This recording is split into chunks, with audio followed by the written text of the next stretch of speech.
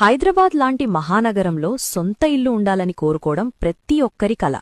అయితే ఈ రోజుల్లో పెరుగుతున్న ధరల వల్ల సామాన్యులకు ఇల్లు కొనడం అనేది ఒక పెద్ద సవాలుగా మారింది.